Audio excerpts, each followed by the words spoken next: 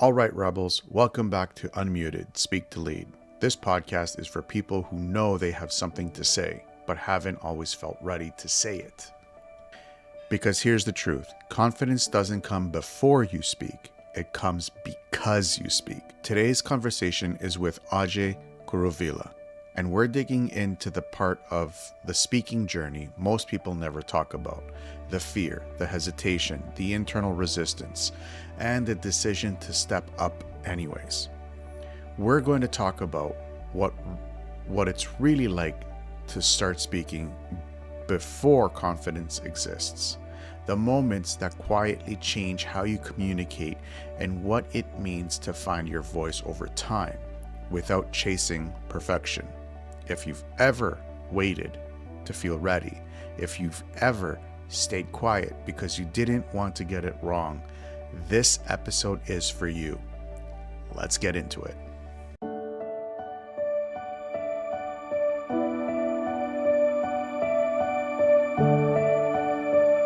On this episode of Unmuted Speak to Lead, we sit down with Ajay Kuruvila for an honest, grounded conversation about the real journey behind public speaking, the part most people never talk about. Unmuted isn't about polished performances or instant confidence. It's about what's happening before confidence exists: the hesitation, the self doubt, the internal resistance, and the decision to speak anyways. Ajay shares his experience navigating those early stages, the moments that reshaped how he communicates, and what he's learned about finding and using his voice over time. This episode is for anyone who wants to speak but doesn't feel ready, quote unquote, believes confidence should come first and feels stuck waiting for it, or is learning that leadership starts with using your voice, not perfecting it. Ajay, welcome to the show. Hey, John. Nice to be here. Thank you. It's great to have you as guest number one. It's awesome. Yeah, I feel honored. Thank you. There's always something to be said about somebody who is guest number one. It's always a good thing. Yeah, yeah. It's about confidence, right? It is about confidence, definitely, definitely. Yeah. So, what's something about your speaking journey that most people don't see? Well, it's very interesting that you asked that question because part of why I decided to get into the public speaking realm and do Toastmasters was that I wanted to sort of explore the stage. And I haven't done that in the past. My work's been more operational. And I have seen a lot of keynote speakers, a lot of, conferences I've gone to where people are, addressing a large audience, and I felt I could do that. I just didn't know how, and so I figured, why not try public speaking? Why not get to a platform where I learn how to do that? And that's kind of how I started this journey, and why I decided that I wanted to join Toastmasters. Watching videos of these Toastmaster contests and public speaking and watching these people talk, I was like, wow, that's phenomenal. And I want to reach that stage. And I said, if I don't start, I'm not going to be able to get to that level and get to that area where I want to be able to stand on stage and talk. So that was the start of my journey and why I decided to get into it. Awesome, awesome. That's pretty interesting story. When you first started, when you did your first icebreaker, because you and I met and at Toastmasters, we're part of the same chapter. Yeah. When you did your icebreaker, what scared you the most, and how did you push through it? Oh, wow. Yeah. It was just wondering whether my message in my icebreaker would come across to people well. And, that was the first hurdle, right? Do you have a topic? Do you have the info or, the story to sort of captivate the audience? That was the first one. And then the second was, am I moving around correctly? Do I have the, even though it's my first speech, right? It's what plays in your head. It's like, am I doing the right thing when I'm doing a speech? And then I realized, talking to other Toastmasters who've done speeches, people who, were confident in their speeches, they told me icebreaker is for you to just explore, talk about yourself, talk that, that sort of gets easy, right? It's the easy way. Easy thing is to talk about yourself. And they said, just do that, relax. You can make as many mistakes as possible in your icebreaker because you're here to learn. And that's what sort of helped me with that step in doing my icebreaker. It was, hey, you know what? I'll make mistakes. It's okay. Hmm. I'll get feedback from people and I'll learn from it. And I did. I got wonderful feedback. One of the main points was I move around too much. It's I felt that you have to move while you talk, but you don't. You have to do your movements have to be calculated, and that's what I learned. It's not about moving around. Moving around does not show confidence. It's when you do calculated movements. Hey, this paragraph I have to walk to the left. This paragraph I have to walk to the right. And it's slow, calculated movements. And that's what I learned in my first speech. After I did that, I was like, okay, that's interesting. I didn't know that. And yeah, I did that in my second speech. It's interesting. Because I remember my first my icebreaker. It was everything that I had prepared for. Everything just went whoosh, right out of my brain. That's why I read the entire thing. Like, and that was the one thing that everybody was telling me is like, you read your entire speech. I'm like, yeah, because I Yes, forgot but the whole thing.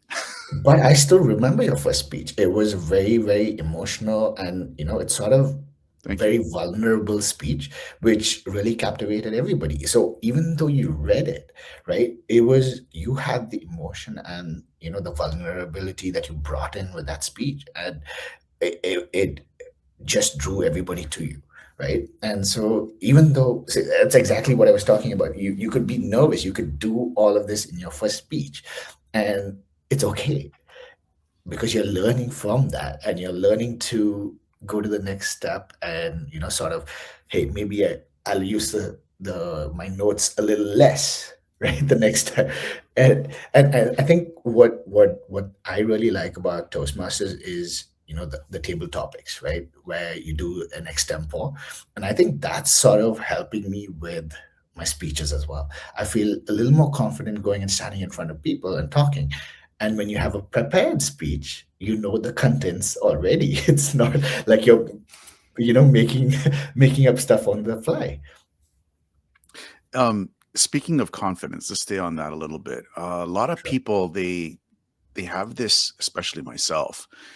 They have this idea that once I gain my confidence, I'll do my speech, or once I do this, then I'll do that. What did you Mhm. learn about confidence by starting before you had it? So one of the things that I think part of it was because of the table topics, right? When I did the table topics, it was fear. It was just loaded with fear. But I was able to talk, even if it was 4 or 5 sentences at first, right? I was able to come up with those 4 or 5 sentences. Usually they like you to hit 1 minute or more, right? And I was not hitting that 1 minute.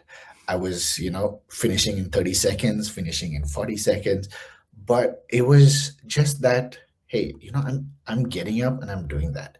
It's not confidence, it's just that I wanted to push myself. And I think that's what it's all about. It's pushing yourself to do something that scares the hell out of you. And then that sort of helps with building that confidence. In fact, even during speeches that I have, right, in my icebreaker, for example, when I started it, I could feel butterflies, I was scared. But then I as I started doing the speech, as I started moving around the stage, I felt, okay, I can do this, I can do this.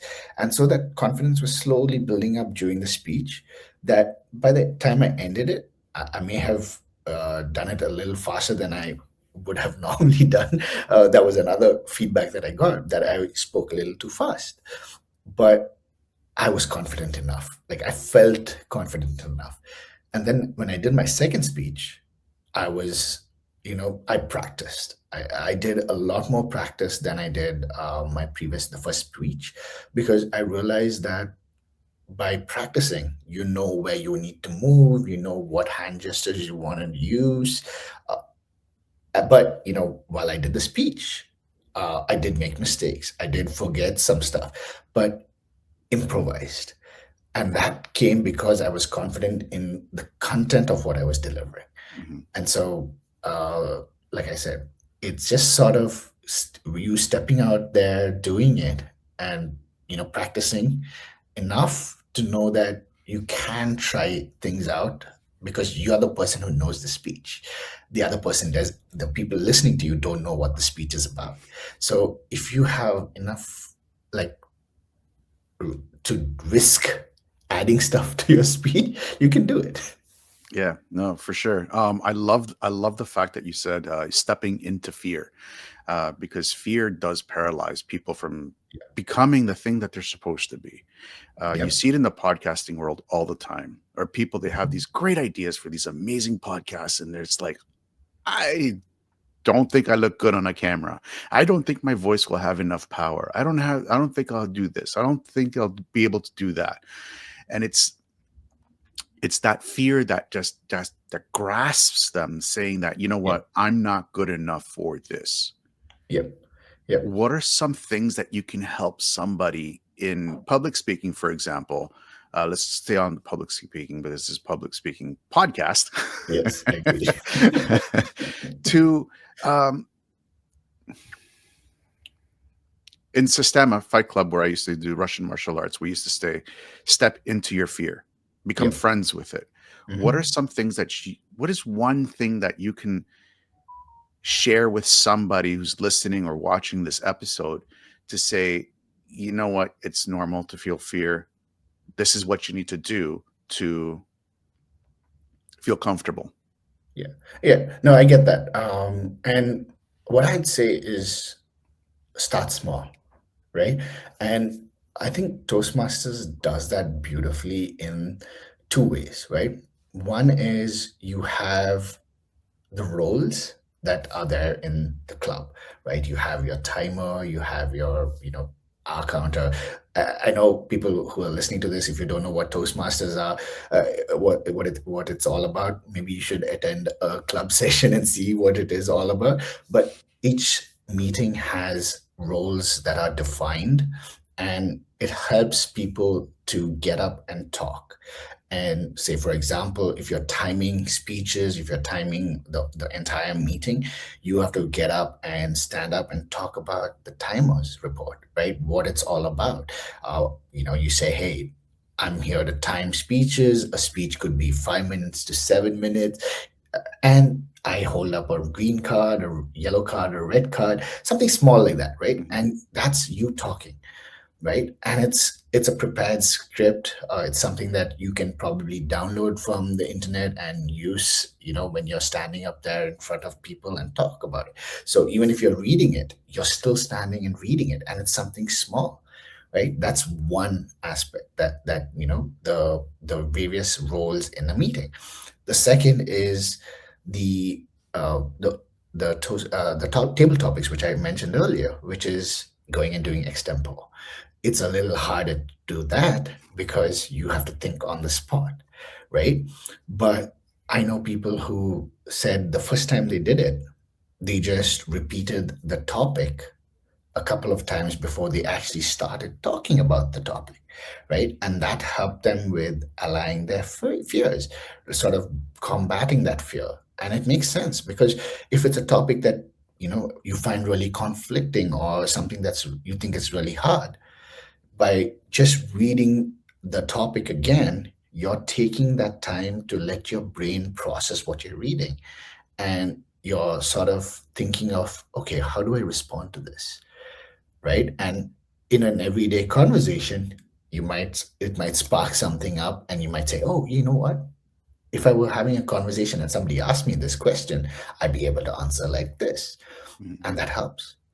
And these are sort of two things that I learned at Toastmasters to sort of help me with overcoming my fear of standing in front of people and talking. That's really cool. I have to admit, the table topics petrified me. It completely petrified me. I'll be honest with everybody. It's like standing up and you have 1 minute to talk about a topic that somebody just told you about. You're like, huh? What? No, I like to be prepared. I like to have my guides and everything. I And agree. the first time I did it, I was horrible. The second time I did it, I started to get a little bit more comfortable. And the last time I did it, I was like second or third person up. I was like, yeah, I'm ready. I'm ready. Let's do this. Yeah, yeah, no, I agree. It's sort of it gets a little exciting after a point because you just want to see how you can the brief, right? The topic's there. How good can you do it? How funny are you? I mean, it doesn't have to be funny. It can be really good content and serious content. Mhm. But at the same time, if you have that funny bone in you, you can add humor into it, right? And it helps. And it's the humor helps. It helps break that fear because the second Yeah, that you can just you can look back and you're like, that was dumb of me to say. Like, and you can just laugh at yourself because yeah, it's like nobody's I mean, it takes a lot of courage to stand up in front of 20, 30 people. Like it's yeah, different with podcasting because it's just I'm sitting in front of a camera, you're sitting in front of a camera, and this is going to be posted later. So yeah, it's like, yeah. but standing in front of 20, 30 people, it's like, well, okay, everybody's looking at me. Yeah, I agree. And sometimes you wonder, I remember one of the table topics I got, it talked about being a husky or something like that. And I went howling like a husky. And in my head, I'm like, oh, why did I do that? That's so unprofessional. But it got a whole bunch of laughs. It got people like, hey, that was really funny. I don't know how you thought of that. But it's small things like that that sort of help you with combating that fear which you had asked me about in the previous question, right? Right. It's just not taking yourself too seriously as well, right? When you come to doing such things, and that slowly is what I'm seeing is helping me in my speeches and being able to talk in public. Very cool. Looking back, what do you wish you understood earlier about about the learning curve of public speaking, of speaking? So I think I'm still pretty early in that, so I can't really give you sort of a concrete answer into that, sort of what's something that I would have learned or something, because I think I'm still early enough to learn all of that. But I think what I'm going to answer it from the perspective of what I've sort of learned in that small Yep. duration of time, right?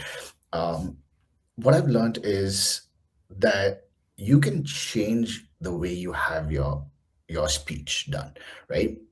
So something that I learned and what I kind of I'm instilling into my speeches is three the rule of three, right?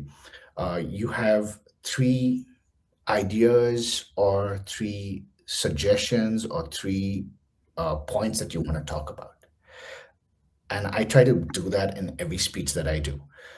So it's sort of three learnings that I want to give the audience, right? Because end of the day, that's what public speaking is all about, right? You're trying to educate somebody else, and how do you do that? By giving them something that they will learn, and then sort of tying it at the end with sort of bringing that whole the learnings back into a summary.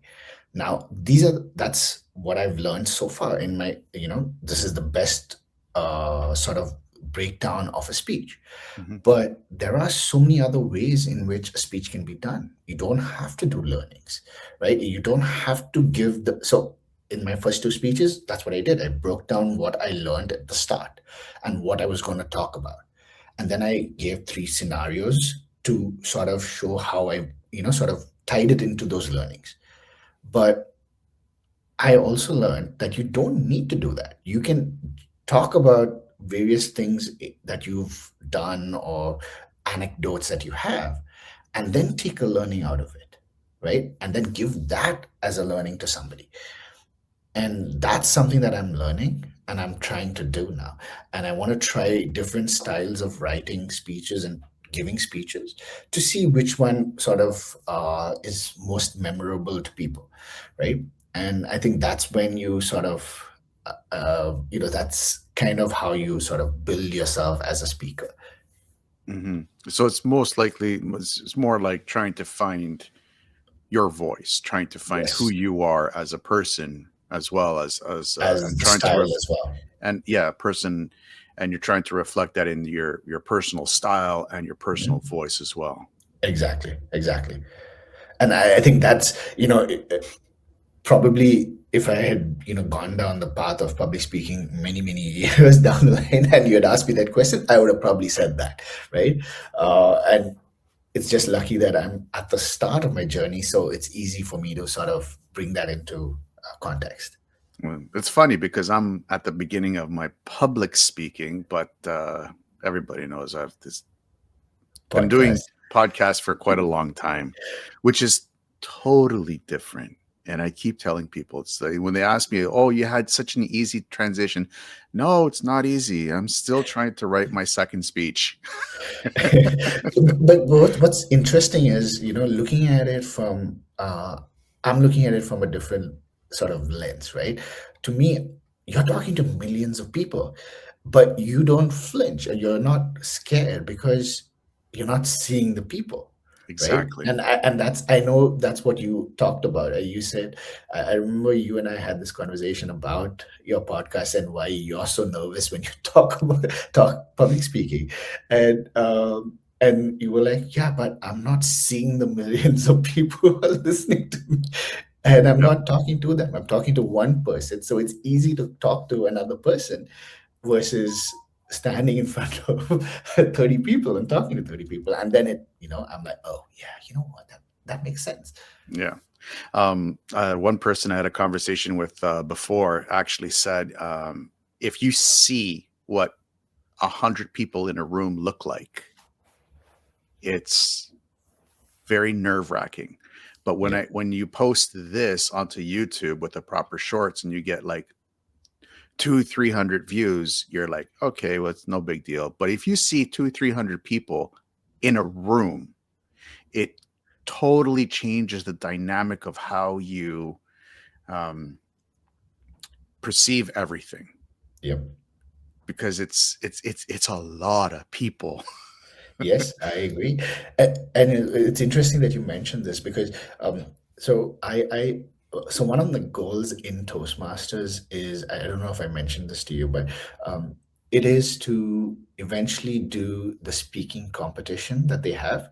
We have it coming up, but I don't qualify for it because I have to complete level 2 or something like that in my Toastmasters journey, but I'm still in level 1. And that's the goal. I want to do the public speaking contest. And so I've been watching other Toastmasters who've done these contests, and the things that they talk about, and it's stuff that you're like, oh wow, I didn't think of this. Like going and seeing what the room looks like, right? It's something as simple as that. Hmm. Okay, see what the room is, how many people are going to be in that room, right? And then prep your mind to that. Hey, I'm going to be speaking to 200 people. So how am I going to engage those 200 people? How loud am I going to be for those 200 people to sort of, you're not going to get everybody interested in your speech, right? You might even just get less than 50% of the people interested in your speech. But that's the whole point. You need to be able to at least get that 50% interested in your speech. And then just knowing the way the stage looks, how that looks, and so where you're going to be walking, where you need to sort of move forward or move to your left, move to your right. And all of this is sort of things that I've so, sort of looked at, and I'm like slowly trying to incorporate that into every time I stand up on stage. That's what I want to do. I want to add one element into it. Hmm. And help myself with my speeches. Hmm. You said something curious there, and I wanted to deep a little bit deeper in there, because in excuse me, in podcasting, when you start your podcast, we actually teach you want to change one person's life, Hmm. not 100,000, not a million, not 10, not 100. And you said something there that I wanted to touch up on, where it's like you're trying to captivate 50% of the audience. What's more important, to change one person's life with your speech or 50%? It'd be nice to change Oh, 50%, but yeah, no. I mean, you're not gonna change 50% of the audience life. That's for sure. It's just getting them to sort of maybe remember one point of your speech. It's not gonna change their lives, but make you memorable, right? So that's one aspect of it. That's where the 50% comes into. To me, I think changing one person's life is definitely more important than changing 50% of the people's lives. But being memorable is where you need to sort of be at, where I think if you are going down a journey of public speaking and you want to be a public speaker, you want to do TEDx's, you want to do conferences, right? You need to be able to capture an audience so that you get that invite again, right? mhm, Or when you apply for a speaking role, they tell you, hey, yeah, sure, I've seen your speeches, I remember your speeches, and that memory should be there. Whether you've changed their life is a whole different ballgame. You may not have, right? But you've just sort of left a lasting impression. So I think those are the two avenues. So your question being whether you can change 50%, no, you're not going to be able to change 50% of the people's lives. But one person, definitely a huge, huge thing. And I that's more important. If somebody comes to me and tells me, hey, you know what you said impacted my life, it made me change my views. That's something that I'm like, oh wow, that's awesome. In fact, in my second speech, it was the topic was what makes you weird makes you wonderful, yes, I and I remember. talked about weirdness, right, and weird things that you do and your hobbies and being out there. And I had a couple of people come to me and say, you know what, I felt so good. I'm not weird with my hobbies, and I'm like, great. That's huge for me that I've got somebody coming up to me and saying, hey, I didn't feel weird with my hobbies. I felt good.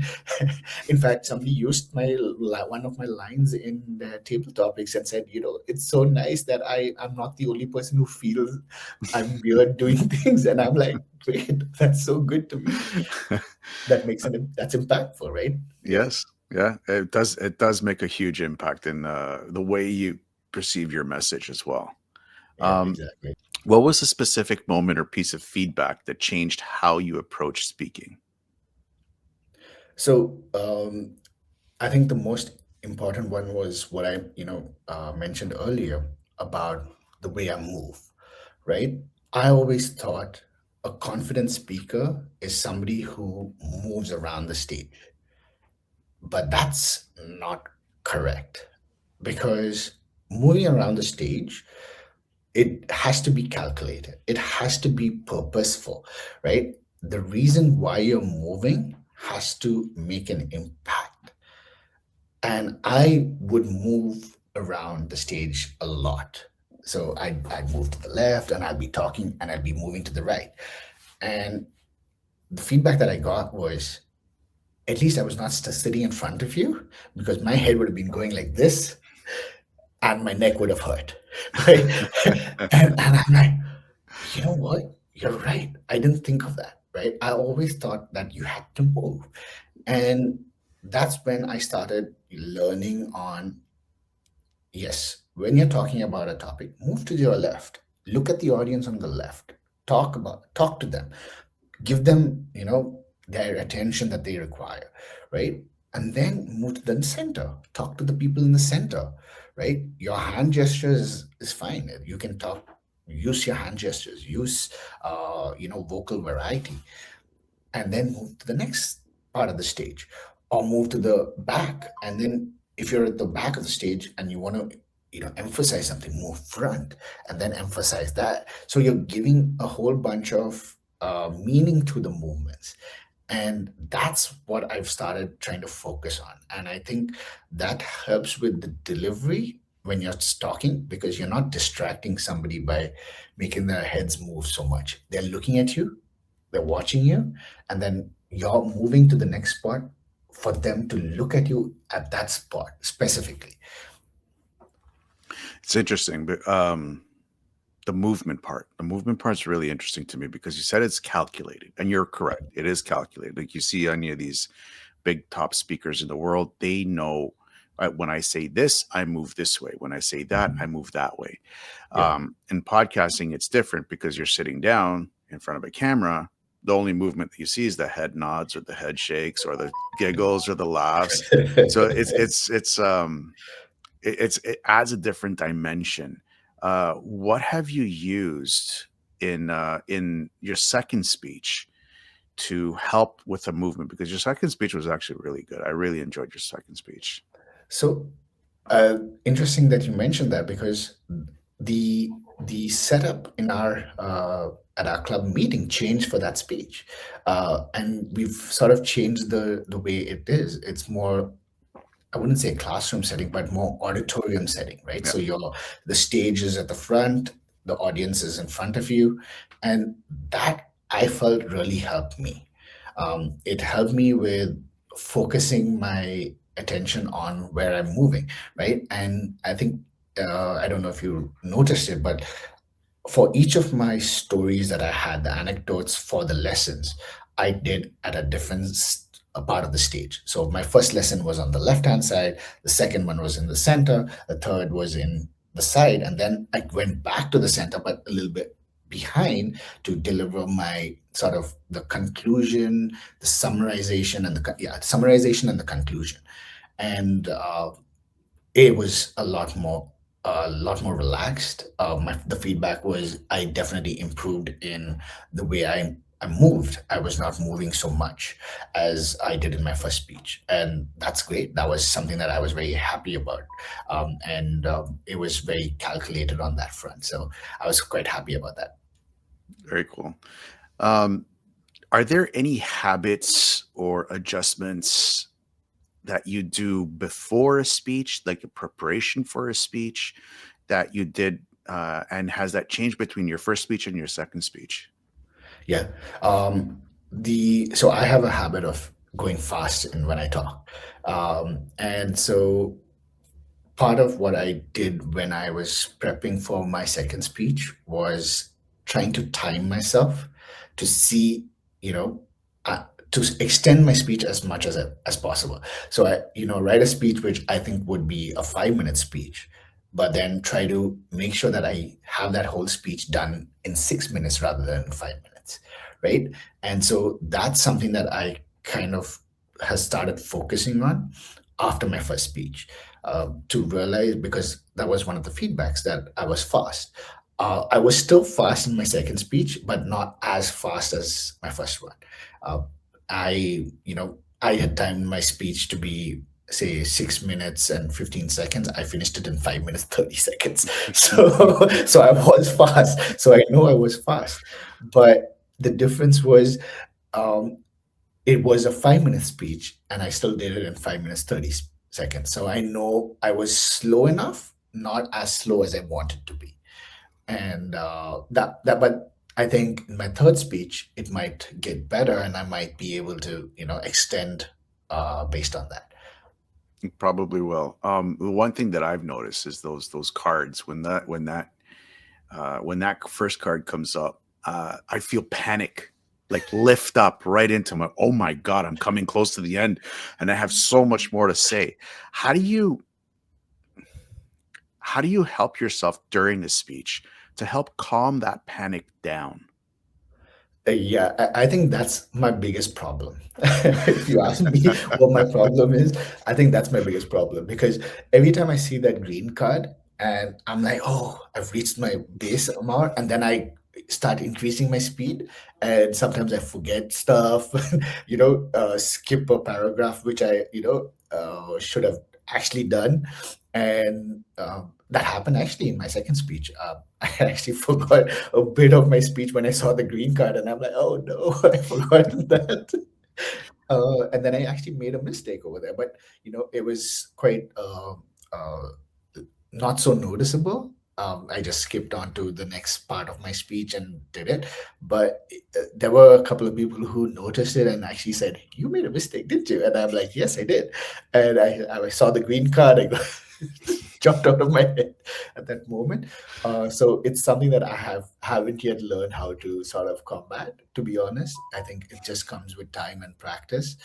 Just seeing that card coming up and then realizing, okay, you may be done with your 5 minutes, but you still have 2 minutes left. You have enough time to relax and do it. You've done your speech. You know you're not going to get the red card, and I Mhm. think that's what has to sort of be repeated quite a few times. I think, and that's what's going to help me in the long run, I think. Cool, cool.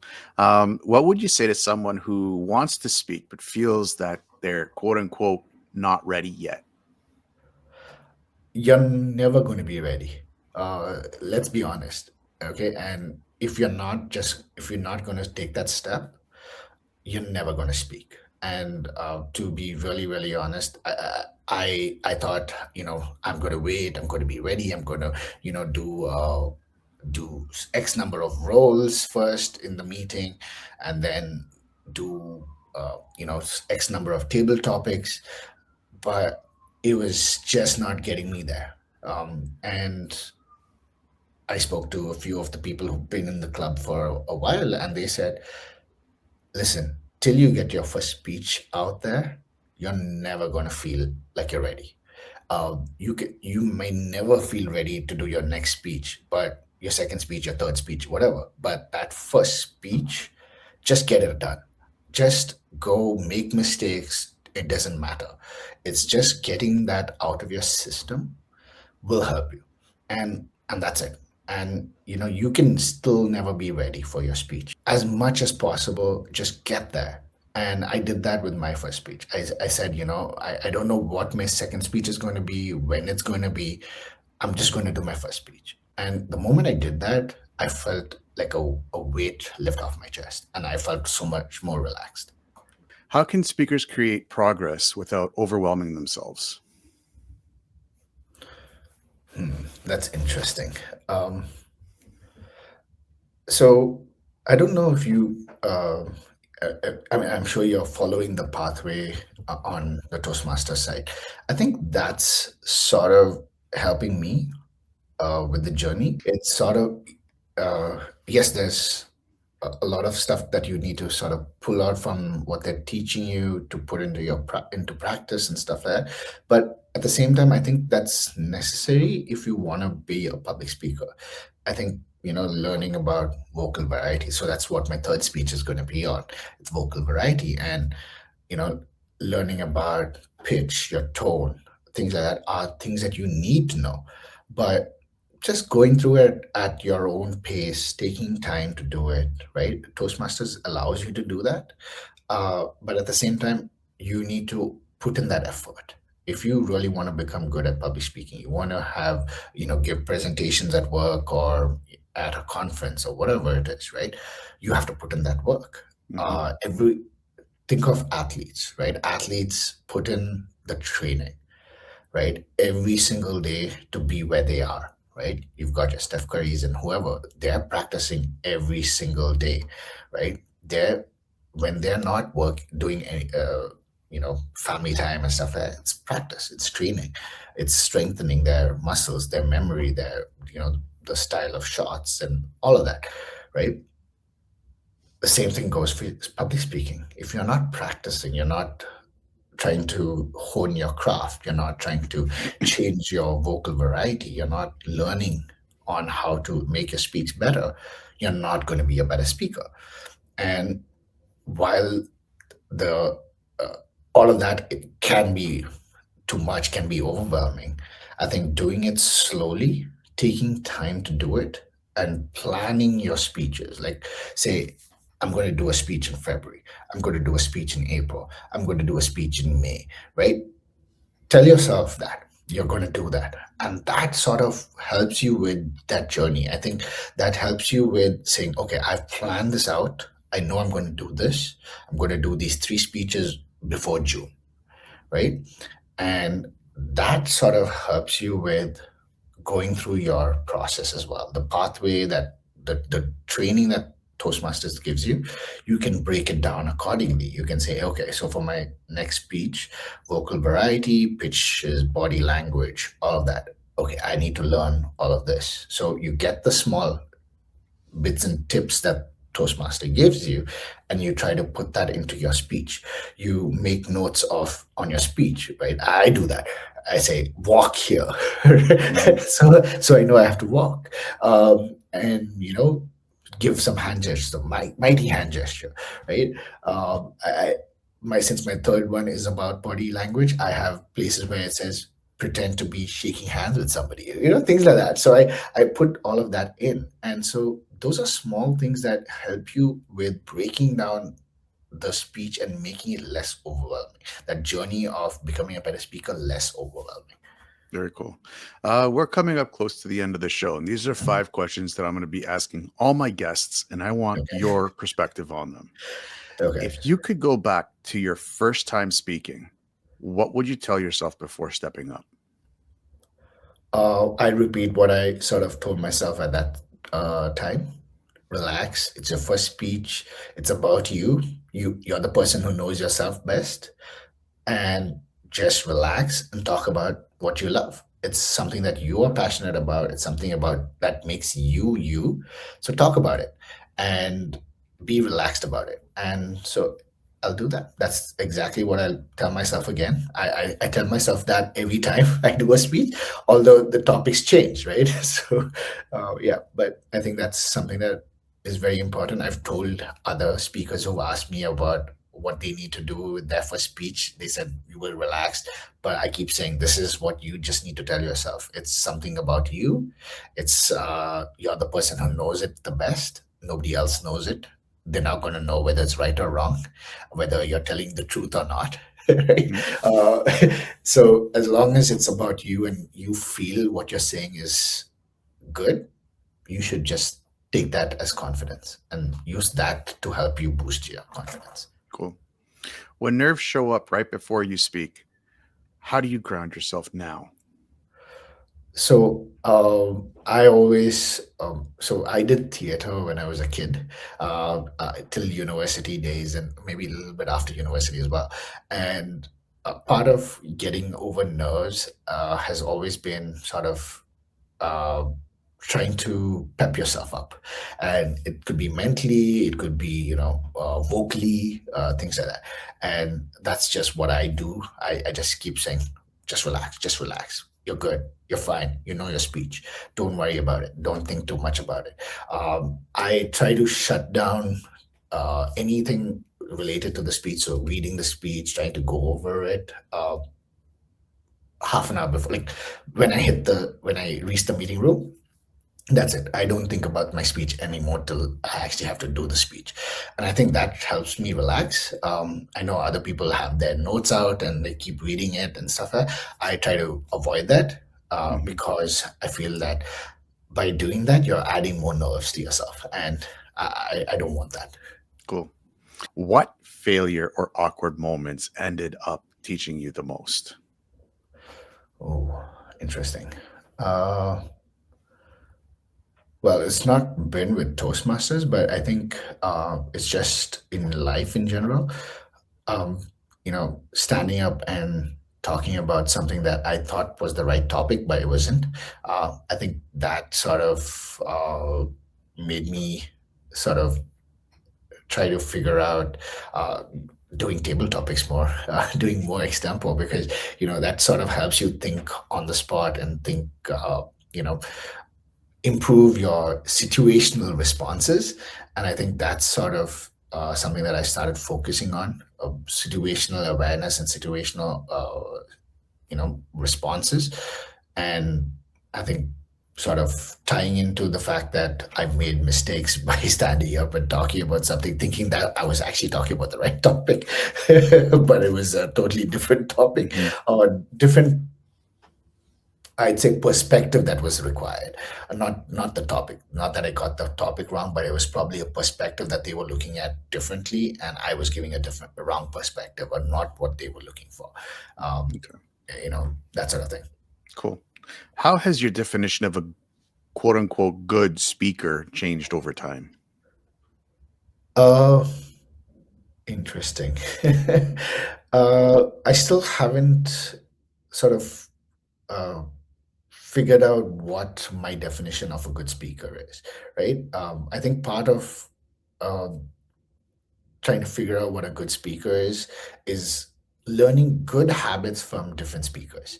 And I think that's what is important to me. I, I wouldn't say of good speakers. What I'd say is good habits that speakers have, rather than because, like you said, you asked me the question of what defines a good speaker, but I think it's a speaker who can capture his audience, make them listen to what they're saying. Whether they remember it afterwards is a different story, but it's at the end of the speech, you have to say, oh my gosh, that was really interesting. Wow, I didn't know people actually did that or people, thought of that. That's something that I think has, from a good speaker perspective, that's something that's important. You have to be able to do that. Again, moving around the stage, right? You have to feel that the way they moved around the stage was because of their speech. It was not that they were doing it just for the heck of it. Their speech did required it and they did it, right? And that again is capturing, oh wow, that was really nice. That was part of the good speech. So I think these are good characteristics of a good speaker. Again, voice and tone. That's something that I'm learning right now, and that's something that I realize that good speakers, I think that's a characteristic of good speaker. They're able to capture the audience by going softer, talking softer, or just going loud and talking proud, that sort of thing. And being able to capture an audience with that, again, a characteristic of a good speaker to me. And I think combining all of those three elements, or even there are more elements, but because we're running out of time, probably these three are the key factors to me. Having somebody who has all of that is what a good speaker is. If this mic went silent right after this question, what message would you want every aspiring speaker to hear? Uh, well, I'd say the message is just get up there and talk. Whether it's um, two sentences, whether it's a speech of 5 minutes or 30 minutes, whatever it is. Just get up, stand up, try. Because if you're not going to try, it's not going to help you. You're not going to get over the fear of standing up in front of people. It doesn't even need to be in front of a public audience, it could be in a meeting. I think I mentioned it in one of my speeches. Stand up in a meeting, talk, give one point, say, I think that was a good idea, right? Just that in front of a group of your peers, right? Stand up in front of your family and give a small toast at a birthday, right? Thank your family for coming over for a birthday, right? Celebration. Just two sentences. That is something that will help you with standing up and start talking to people, start talking in front of people, right? And if you don't do that, you're not going to start your journey. And if you want to start your journey, small things like this is what will help you. Ajay, thank you for sharing your journey so openly.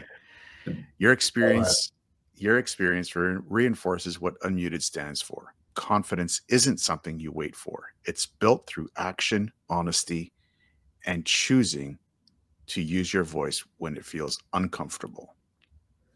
Thank you so much for having me. It was a pleasure being on as your first guest.